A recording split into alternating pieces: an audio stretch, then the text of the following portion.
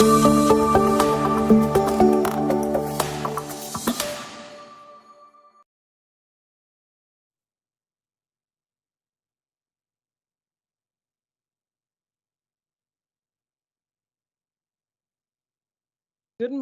morning, good afternoon, good evening, depending on where you are in the world. We're excited to join you for our first ever YouTube Live in the Viva community, From Theory to Results, How to Implement OKRs Successfully.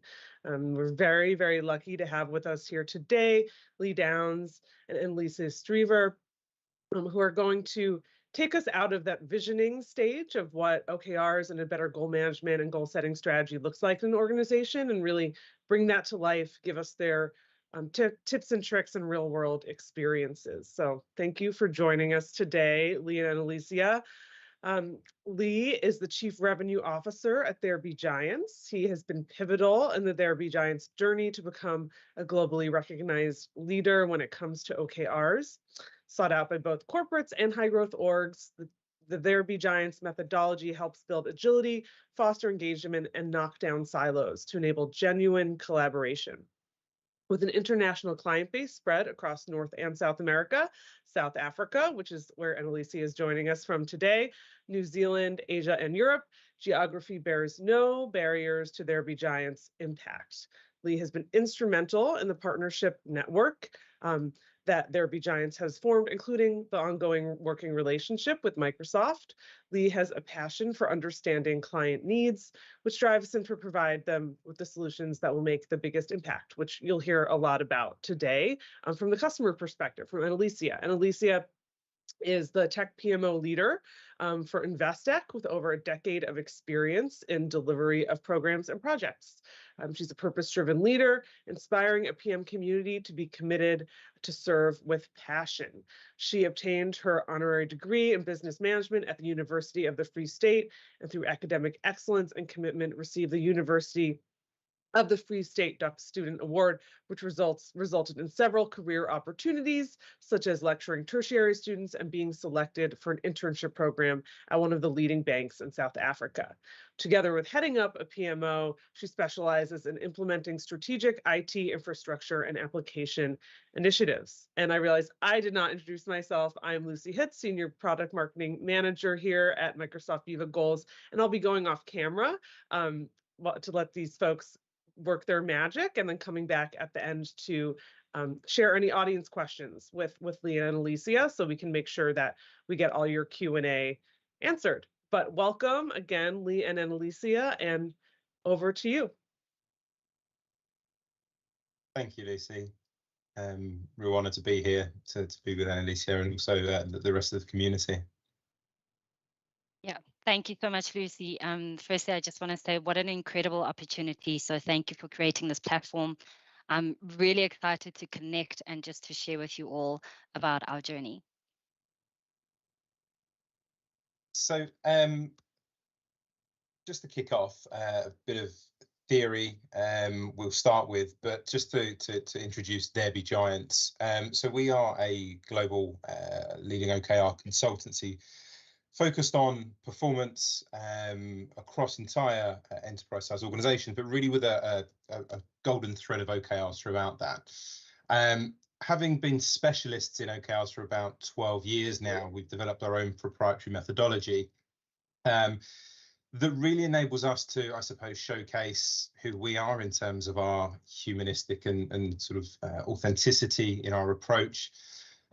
But also be able to help organizations develop an OKR or goal setting initiative and program that also brings out the best of their people, which is most important.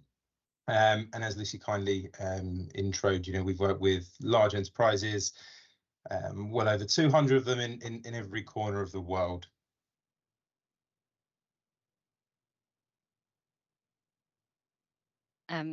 Thanks, Lee.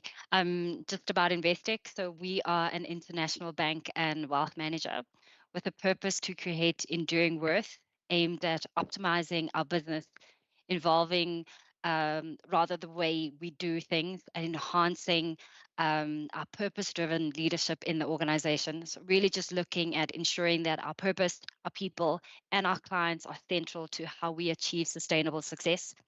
Today, Investec is publicly traded in London and Johannesburg, staffed by 8,500 people across our core geographies of the UK and South Africa, along with locations across the globe. Our journey to organic growth and strategic acquisitions is something that we set ourselves apart from. It really is a true unique balance of tradition and modernity. Thank you, Enolicia. So I suppose the strapline to what we are here to try and achieve alongside Microsoft as a partner is to really help redefine the human experience of work to help organizations drive exceptional results. What we see as the is the key elements to driving and really accelerating business performance are made up from several elements of the Microsoft Viva suite and 3 elements that we particularly focus on. We see when organizations are truly performing at their best and have real performance centers of excellence, as we said, accelerating those business outcomes, everyone feels that they have a real clear direction of focus to what matters within the organization and to individuals. Everyone feels very understood and supported in their roles. And everyone feels connected to the purpose of the organization, to other parts of the organization, and they really feel empowered to do their best work. And this is where we see that the Microsoft Viva suite really helps drive those ultimate ambitions, and that we can obviously support and assist in helping those become a reality. Obviously, what we're talking about today in particular is Viva Goals, and how OKRs can really help organizations to push forward. So just to provide a bit of basic foundations, I suppose, to the conversation, just wanted to touch on really what OKRs are and very briefly on what they're not. So OKRs are really a method and a vehicle for organizations to really crystallize their priorities and align their teams. We see that when OKRs are being used correctly, they're a real fuel and rocket fuel to create sort of organizational-wide outcome-based mindsets. We see real growth amongst individuals and teams when OKRs are used in the correct way. It's a fantastic way to execute strategy, and to enable everyone throughout the organization to be able to see how they contribute towards that. It promotes innovation, and drives that kind of innovative mindset amongst people, and also helps them connect to a sense of purpose. Especially in large enterprises, we often find that those that are in more junior roles feel very much disconnected from what the leadership are trying to achieve, and the purpose of the organization. And we see OKRs as a fantastic tool to providing transparency and enable everyone to have that clear line of sight to everything that's really important to the organization. So as important as what they are, it's also important to talk about what they're not. And one of the most common areas in which OKRs are used incorrectly is when they are there to replace KPIs. They shouldn't be there to be used in that manner, and they're not there to replace sort of your business as usual metrics. Both are critically important to the success of any organization, and when done well, they work harmoniously together. OKRs are not a way to micromanage people. They're really a way to empower people and bring people to have that real sense of accountability for what they've created. They're definitely not an excuse to beat people over the head for missing targets. What we want to really foster with OKRs is that kind of ambition, and shooting for the stars kind of mindset. They are not a direct measure for reward and compensation. Now, there are ways in which they can add up to how we can reward and compensate our people, but they shouldn't be the only measure. And they're also not just a to-do list or a set and forget goal setting. They really need to be used in a way that drives that laser-like focus on what's important to the organization. So why would we use them? Well, what we often see is that there are some really profound impacts that OKRs and goals can have throughout organizations. Organizations that are highly aligned typically grow significantly faster and grow revenue 58% faster. We also see that 72% of organizations that use OKRs are more profitable than their misaligned counterparts. 67% of well-formulated strategies will still fail due to poor execution and poor alignment. And often projects with strong cross-functional collaboration have a much higher success rate of around 76%. So there's enough there for us to understand as to why OKRs in particular are so popular amongst many organizations around the world. So typically when we want to look at why organizations want to use them, there's a number of reasons or needs that clients come to us with to investigate and to explore whether OKRs are the right initiative for them to implement to really help them solve those issues. I won't go through all of them because I'm sure that that you'll get an opportunity to read in your own time, but there's a couple in particular that are more common than others. Firstly, this little or poor cross-functional collaboration, in particular siloed working. Obviously, we've been talking about siloed working for many, many years, but it's still a huge problem for a number of organizations. We also are seeing organizations turning to OKRs at the moment, in particular, to drive efficiency. For one reason or another, organizations obviously are, in many examples, having to reduce headcount. So what organizations also need to do in those times is to make sure that the employees that they do have are really focused on what matters and what's going to drive impact. We also don't want them spending too much time having their attention drawn to BAU or other parts of the business that aren't going to have that kind of contribution to driving growth and getting into a place whereby we can start to look to increase headcount again. The other, again, is the weak alignment with vision and strategy. Quite often we see that there are huge disparities from senior leaders through to even middle management in terms of the understanding of the strategy and vision that organizations have and what needs to be done to execute them. OKRs can be that bridge between. And then lastly, employees lacking a sense of purpose or connection at work. And for me in particular, I always find that with any of these change management initiatives, with any new tools that organizations implement, we also need to really remember that people are at the center of all of this. And how can we really help our people become the best version of themselves? We want to see them turning up to work and feeling that connection to the organization and to a sense of purpose. So now let's start looking at how we actually can take OKRs and make them a reality in an organization. So typically the way in which we see success with organizations is by way of starting with a pilot. And what we will see with this pilot is really, we need to start creating the solid foundations for what we can then use as the springboard to the rest of the organization when we roll out wider. And probably the most important part of that is defining how you're going to be using OKRs and also why.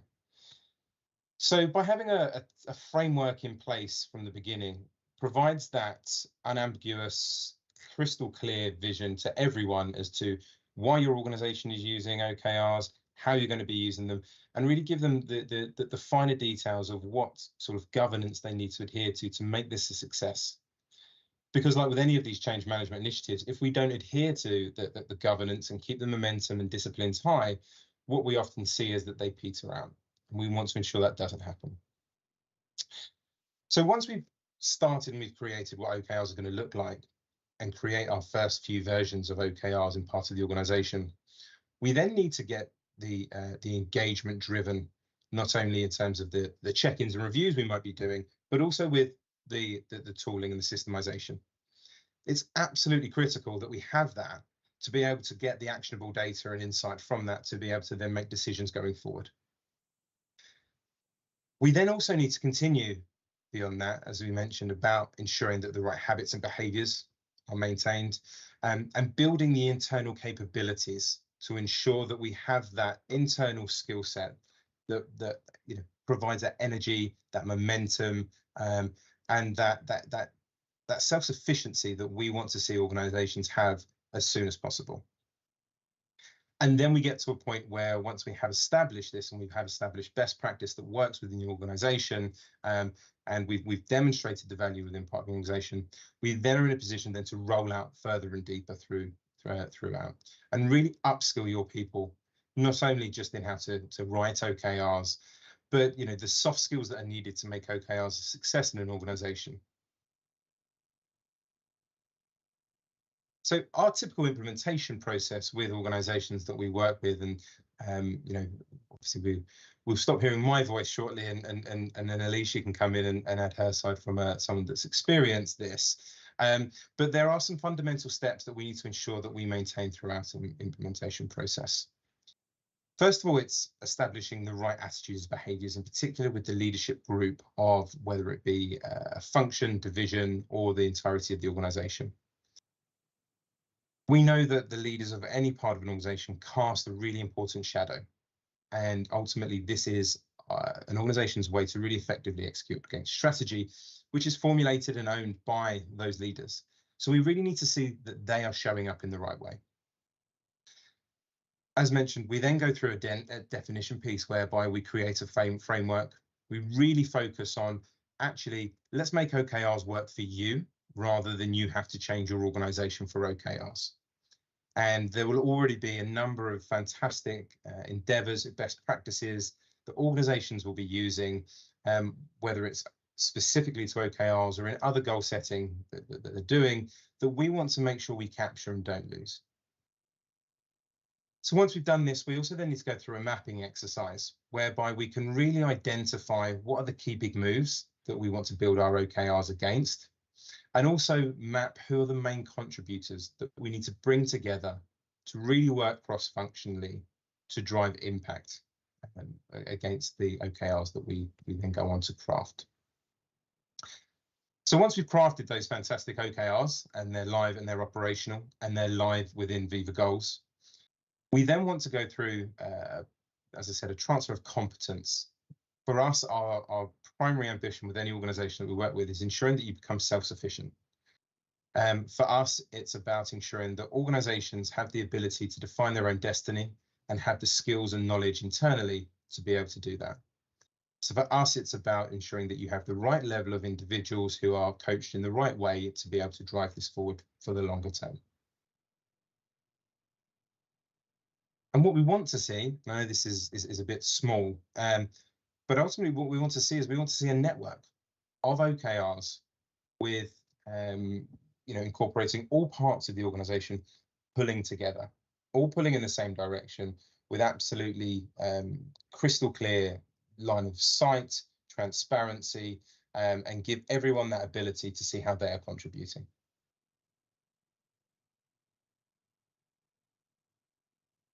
So, real pleasure and honor, as I said at the beginning, to be here, but it's also a real honor to have Enolicia here, who is part of one of our current clients, Investec. And the way in which we started to work with Investec was similar to as described. We've started a pilot within the digital and tech part of the organization. And the way in which we went about that was that we started with that alignment at the beginning, getting people to understand the basic fundamentals of OKRs, but also what's needed to make it a success in terms of the way they show up. We looked at the best practices. And then obviously we implemented a couple of levels of OKRs within a couple of different teams. And obviously we had the framework in place that we created alongside that, then really to give everyone that single source of truth and the ability to be able to see how they can then use OKRs within their organization and their own version of them. This approach that we've used here is typical for Microsoft clients in particular. And what it really does is it enables us to be able to incorporate how the theory and the best practice of OKRs can be brought to life. And the tangible outputs are that outcomes are that you have fully functional and live OKRs in place. And we obviously work with the individual teams or the functions that we are working with in this capacity to also put them into goals. So their OKRs will be live, not only in the sense of having OKRs, but they will be live within the system, fully functional, and everyone will be able to see them. And obviously, we go through some support in terms of being able to get the most out of the Viva Goals platform as well. And dare I say it, it was a relative success. Was the pilot, and the feedback we obtained was fantastic. We were very honoured and touched to have received such positive feedback. And I think one of the things that again came out for me when I read through that was the way in which the process was delivered, and how the individual consultants that were working with Investec managed to connect with the individuals at Investec that were part of this process, because there were obviously differing levels of maturity in terms of understanding, knowledge, and previous usage of OKRs. As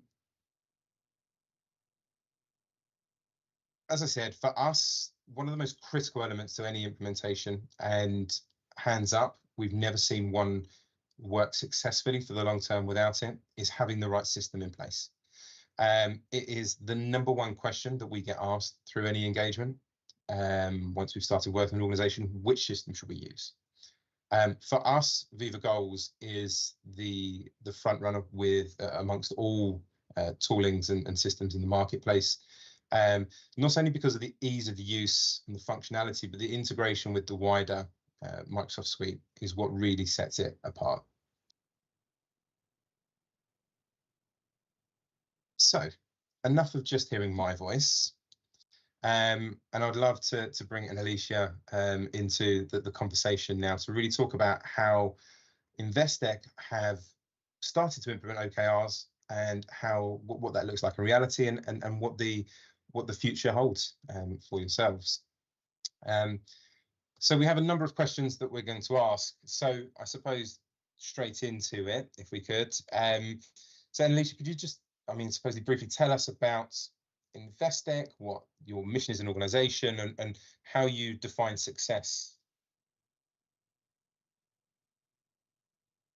Thank you so much, Lee.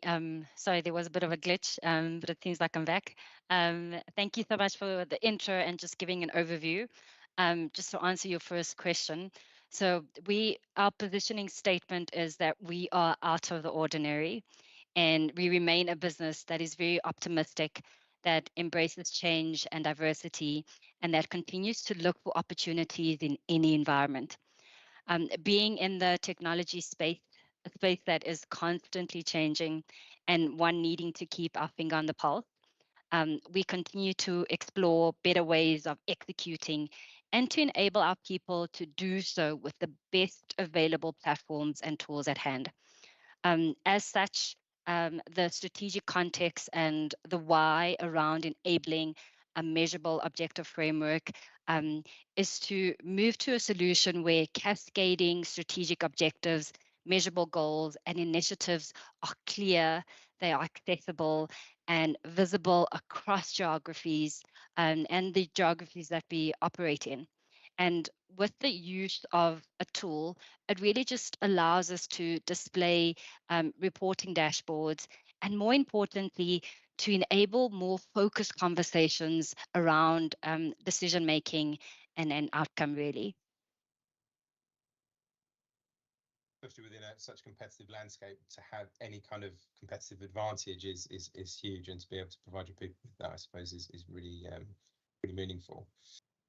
So I suppose, given the business priorities, how did sort of goal setting, goal management solutions actually materialize and come into the picture? So goal setting and goal management solutions has always been a part of the picture in different shapes and forms, and benefit realization is one such form. But based on our global research and benchmarking ourselves against the measurable objective maturity model, there are certainly elements that we can improve upon and mature in. And that's why we're so excited about this journey that we are on. And being part of an organization, we continually strive to be better at being better, and executing through a measurable objective framework. We trust that it will bring us closer to being mature in this field. So, given the obvious solution that you're looking at, i.e. OKRs alongside Viva Goals, can you tell us sort of a bit about your experience with OKRs? Were you using them before you started looking at Viva Goals? And I suppose what's made OKRs attractive to you? Yeah. So just through our engagement with our stakeholders and teams, we found that the wording measurable objective framework and measurable goals lands better as opposed to OKRs. And as a result, we speak more of measurable goals and OKR wording being used interchangeably, but we know it doesn't mean the same thing. But we just wanted to make sure that there is an alignment in terms of the wording. And we further see this as a change management process. And from that perspective, we see this process as twofold. One, the measurable objective framework enablement, which looks at providing teams with a solid understanding of what this framework entails. And then secondly, the effective utilization of Microsoft Viva Goals. Now, through this journey, we're not only talking Viva Goals, but we're looking at the framework as a whole. And what attracted us to this framework was for two reasons mainly. One, answering questions that our teams would pose to us and which they would question, and rightfully so question, that the work that they are executing on, how does it link up to our group strategic objectives, our digital and tech objectives, as well as our commercial objectives? And upon completing an initiative, are we able to confidently advise whether it was time, effort, and funds well spent? And in some cases, we weren't able to do so confidently. And second to that, as a purpose driven organization and with our people being our greatest asset, it is important that we place focus on pointing out the role that each and every individual plays in contributing to the success of our business. And to highlight to our teams what the why is behind the doing. And that is why we have found this framework so attractive, as it enables us to do just that for our people. I love that, and I love the fact that your people is such a helping your people and empowering them is such a strong driver behind the decision making in why using it. And just on that first point around the sort of the terminology and the use of the term OKRs, we see that quite often. Yes, there is a methodology, a framework there that essentially is OKRs. But this is why we find it really important not just to take some literature or online material and say, look, repackage it and this is what your goal setting, how you're going to be goal setting through your organization.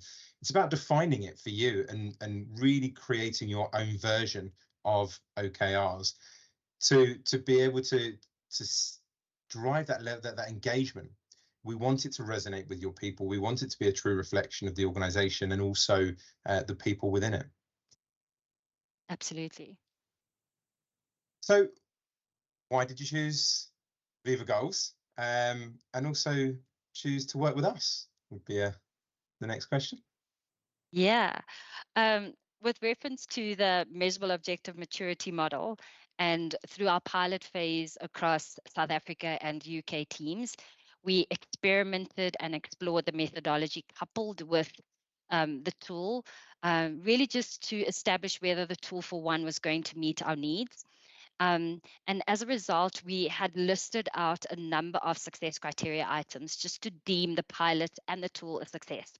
And in summary, we needed to not only experience the platform as user-friendly, but needed to ensure that we could link objectives to our group objectives across geographies, display OKR traceability and cascading, so that top-down and bottom-up view. And in addition to this, it was also important that we do not add on any additional admin burden to our teams. And therefore, integration into ADO boards, data sources, and interfacing with Microsoft products was important to us. really just to allow for that automatic update into Viva goals from these data sources to take place. We played around with those integration points quite a bit, coupled with Power BI, etc. So we really just looked at all the platforms that our teams utilize and to set up those integrations. Coupled with dashboards, reports, and notifications, those were other important elements to us. And with the tool having met those criteria that we had laid out, we were quite comfortable to proceed in our next steps that we had laid out.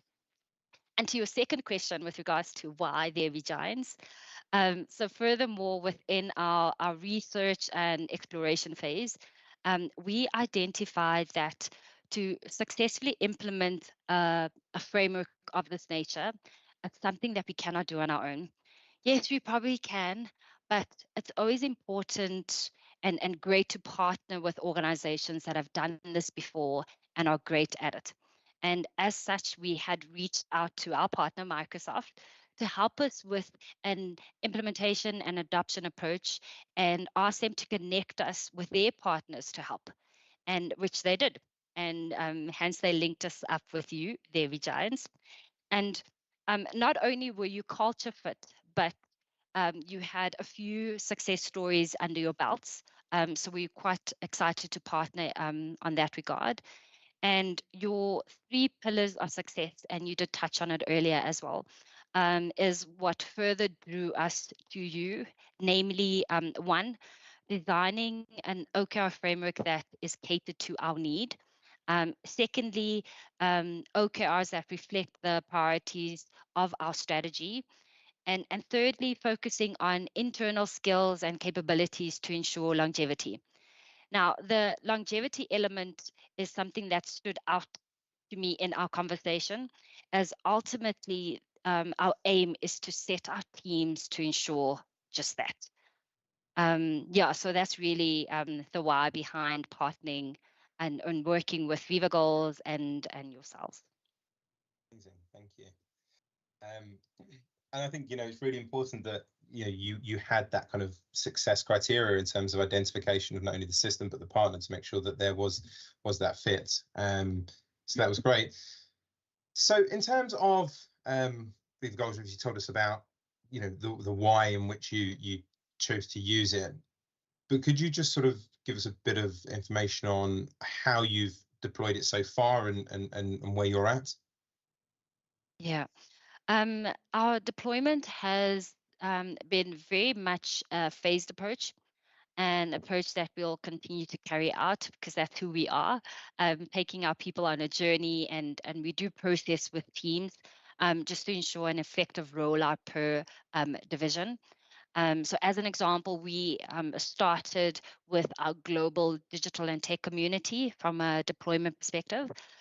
Whilst engaging with the rest of group to keep them in the loop, together with doing preparatory work with the rest of the teams. So once we're ready to deploy to the rest of those teams, this will not be a foreign concept, as they have been part of the journey and this entire process. So it's really just looking at being that influential area, and then to showcase and to share, and then take that with us, and then onboard the rest of the teams, and not running in isolation, but really just sharing with them what we've done so far. And once we get to onboard those teams, they would already know what to expect, and it would be seamless to integrate them into the process.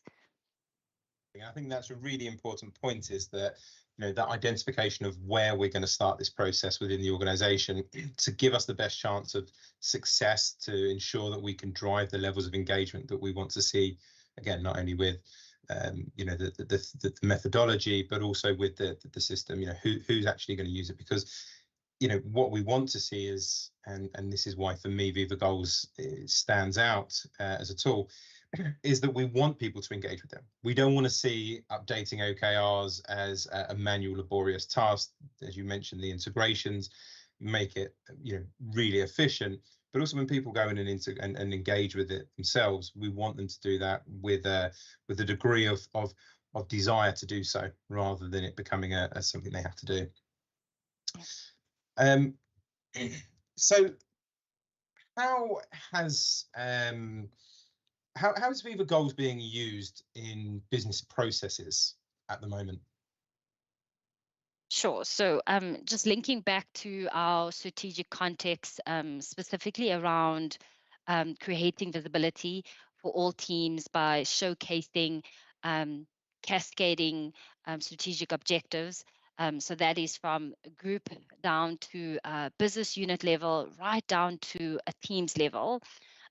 This really just enables collaboration, contracting amongst teams, and identifying cross-team dependencies.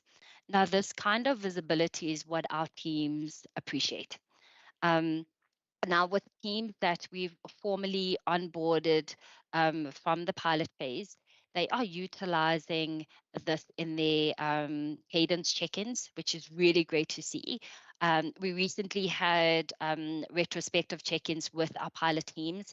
And just in terms of where they're at, it was really good to understand where they started and where they're at now, and also the learnings from the initiation phase of the pilot to what they need to do next. So it's really good to see that as well. And with us being in the infancy phase of the adoption pillar with the rest of the teams, these teams have started off with transferring their Excel, Word, and PowerPoint based written objectives onto Viva Goals. So really just baby steps with some of those teams that initially weren't part of the pilot. But we are looking to train up our ambassadors that we have identified in the various spaces. But with that being said, we didn't want to keep the rest of the teams idle and waiting. So they have really just taken their objectives and transferred that into Viva Goals. But I must say the capability that has got our tech teams most excited is that Azure ADO board integration into Viva. It's pretty neat, and they love playing around with setting up those queries and integrations. But one of our next elements is to train up our ambassadors to become coaches, and they will really drive the measurable objective framework in their respective spaces. And I think you're very well positioned for long-term success. And one of the feedbacks that we got was that it was so obvious the levels of enthusiasm, the levels of desire to be able to make this a success and go on a journey at Investec. And our people loved working with yours because of that. And I think that's really important to understand when you were talking around sort of looking at doing the retrospectives and collating the learnings.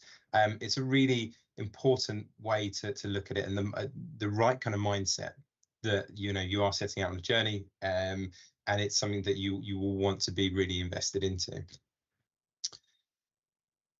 So you may well have just answered this question, but I'll ask it anyway. What is your favorite feature of Viva Goals? My favorite feature is the cascading view, Lee. I think it is the sexiest view, if I'm allowed to use that word. But just if you go into Viva and you go into those view options and viewing the objectives as a chart, that cascading view is really great to see, and it gives you insight into how objectives are linked, top down, bottom up, in a picture format. Every time I show that view in connecting sessions, people are blown away, because this is what our teams want to see. They want to understand how everything links together and understand the work that they are doing, what it is contributing to at the end of the day, and to see that in a bigger picture format is amazing. So that's my favorite feature. And I mean, I wasn't asking myself, but I would have to agree with you in terms of if I was going to answer the question as well. I think it's so important to have that ease of view on everything. So I'm glad we're aligned on that one. Yeah. I suppose to give ourselves a few minutes question time at the end, we'll just sort of end with this last question. But if you had 3 pieces of advice to give to someone that's looking to embark on this journey of implementing sort of goal setting methodologies, OKRs, Viva Goals, what would they be? People, and more people. And to expand on that is one, to ensure that you have an executive sponsor. That is the most important, I would say. Um, Secondly, senior leadership buy-in and partnering with the right people. So that is internal and external if need be. And with reference to answering one of the earlier questions, with reference to partnering externally, partnering with the giants is one such example. So partnering with people internal, external to drive the success of a change of this nature, because it really is just a mindset shift change. So that's the other element. And lastly, just to take the rest of your people along on the journey. So that is from your business people to your tech community to your operations, etc.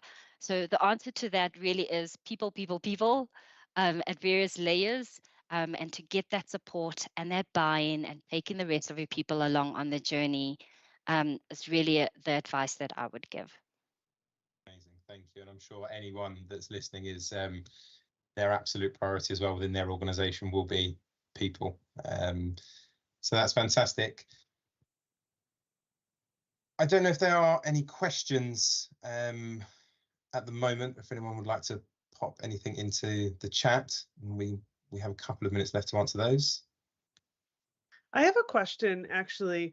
I'm wondering, how do you work with any pockets of resistance that you experience in the organization? Or how do you win hearts and minds, I guess? Because I think, you have such a clear vision of the benefit for the organization. I'm sure many of the people that you're working with do. How do you kind of translate that to the rest of the organization? What does that look like in practice for you? I suppose there's an element for me to answer there, and also an element for Enolicia. But I suppose one of the key fundamental parts of working with any organization for us is to best understand the organization, where it's come from, where it's looking to go, and also the people within it. So typically we often see that the biggest areas of challenge or resistance are quite often focused where there hasn't been strong enough communication from leaders, and they haven't been able to translate that change story well enough to people for them to understand why they should be coming along. And that's why it's really important that we understand the organization, and we can help them build out that change story to really drive that desire to get on the journey, to be part of it, and to really play a critical role. Yeah, I can only agree with Lee. So just that understanding. It's also important for us to establish the why behind doing all this work. So really just assessing the problem statement, and sharing that with a business unit or with a team, etc., before embarking on an initiative or a solution. So it's really just to understand why we are doing this and how it's going to benefit the team at the end of the day. Yeah. And building off that question, we do have a question from an audience member. Is there anything you will do differently or thinking about differently from the approach that the Investec team has already taken today as you look to the future? Like anything new you're going to try as you continue to spread Viva goals throughout the organization? I'm looking at Lee if you wanted to go first. No, please go first. Yeah, so just to answer that, Lucy, I think just in terms of utilizing all the learnings that came out of the pilot phase, a lot of that information we are utilizing as we embark with the rest of the teams, because a lot of them are in the infancy phase. And I suppose one of the key learnings that did come out of the pilot was we had a clear scope that was set out that we wanted to cover over a couple of days. And through understanding the maturity levels of the team, we catered the pilot and the training for that specific team. And embarking on rolling out to the rest of the teams is to fully understand the maturity level of that team to cater the training to that particular team. So one of the pilot teams, we had tackled two. One of the initial teams was very much familiar with this measurable objective framework, and they have been practicing on executing on this framework for some time. The other team, it was uncharted territory for them, and it was also a newly formed team.